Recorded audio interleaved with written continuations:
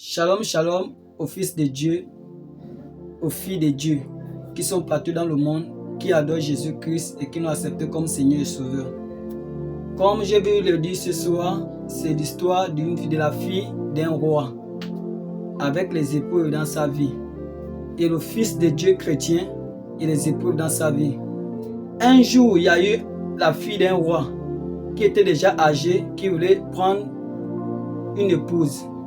Mais difficile pour lui que les hommes l'abordent à cause de l'autorité qu'avait son père. Difficile pour elle, pour que les hommes puissent l'interpeller à la route pour dire que non, je voudrais faire de toi ma femme. Parce que son père était quelqu'un de l'autorité et son père était quelqu'un de très puissant. Donc ce n'était pas facile et pourtant elle était chrétienne, elle était juste aux yeux de Dieu et à l'église. Elle ne trichait pas, elle ne mentait pas, mais compliqué pour aborder ce genre de personnes. Comme vous qui êtes des filles et des filles de Dieu, difficile pour vous à cause des épreuves. C'était l'épreuve dans la vie de la fille de ce roi. Mais un jour, elle a réfléchi et elle est partie trouver son père et sa mère. Que ma solution, c'est entre votre main. Je suis déjà âgé. J'ai déjà aujourd'hui 22 ans, 23 ans. Et j'ai envie de me marier. Mais les hommes ne m'abordent pas, ils ne m'interpellent pas la route. Et j'ai remarqué que c'est à cause de la place que vous occupez dans ce pays, la place que vous occupez dans le royaume en tant que roi qui me donne la difficulté. Qu'est-ce que je dois faire pour me marier? Et moi, je désire me marier avec un véritable croyant qui sait le Seigneur Jésus-Christ comme moi-même et comme vous, papa. Alors son père a réfléchi. Il a appelé les gens qui étaient au gouvernement avec lui. Il a appelé. Il les a entretenus. Il a parlé avec eux que ma vie va bientôt se marier et je vais célébrer son mariage dans mon village ici à laquelle je suis la tête. Lorsqu'il a fini de parler avec eux, ils sont partis. Alors il a appelé sa femme. Depuis que je suis là, ma fille ne m'a jamais demandé quelque chose de très important qui m'a réjoui le cœur en tant que roi. Mais cette demande-là, elle est spéciale.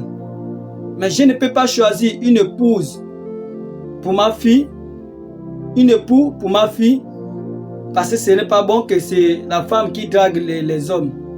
Mais ce que je vais faire, comme on est des chrétiens et que je sais que dans mon église, il y a aussi des vrais chrétiens, je vais faire cela comme étant une épreuve.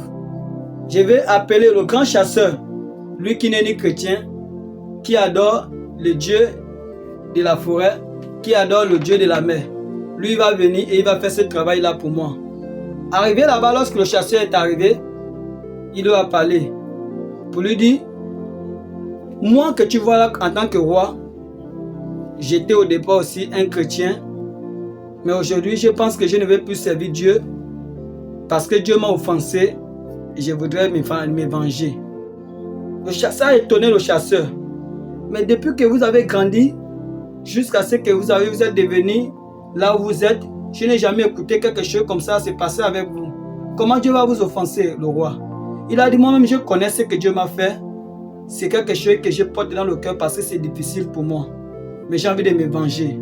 Si tous ceux qui vont dire que non, ils sont des enfants de Dieu. Tous ceux qui vont dire qu'ils sont des véritables fils de Dieu.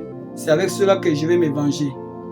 Alors il a dit, va pour me représenter à la route de l'église, à l'entrée de la porte de l'église, et tu diras à tous ceux qui vont venir entrer dans l'église que Dieu t'a offensé et tu voudrais te venger.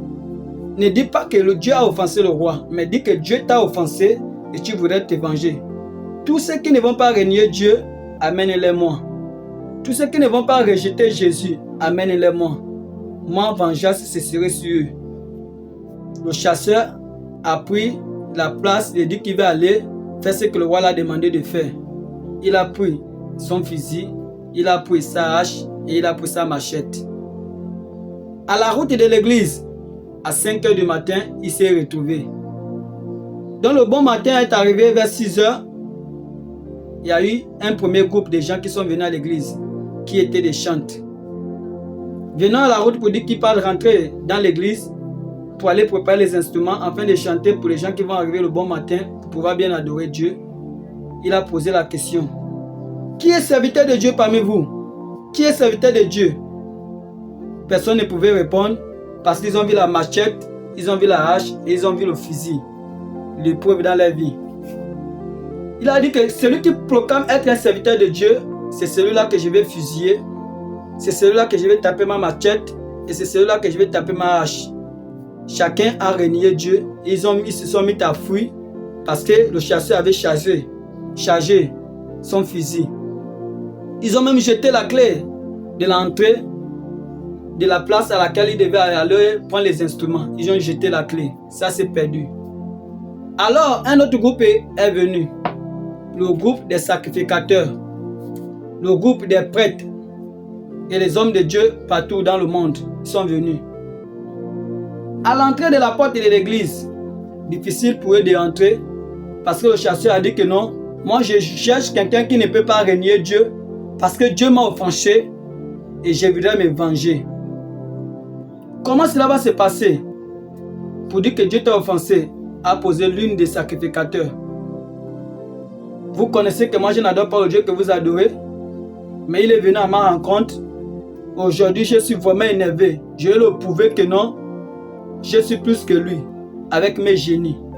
Il a chargé son fusil, il a poussé sa hache, il a commencé à les faire peur comme s'il voulait les taper la machette. Chacun a commencé à renier.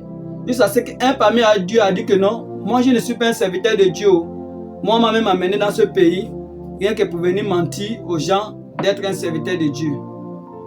Tous ont fui, ils ont laissé le chasseur devant les portes de l'église. Ailleurs, il y a eu un homme qui s'est accroché, qui n'était pas l'un des soi-disant croyants, ni moins celui qui était incrédule à la parole de Dieu. Il a commencé à chanter un cantique.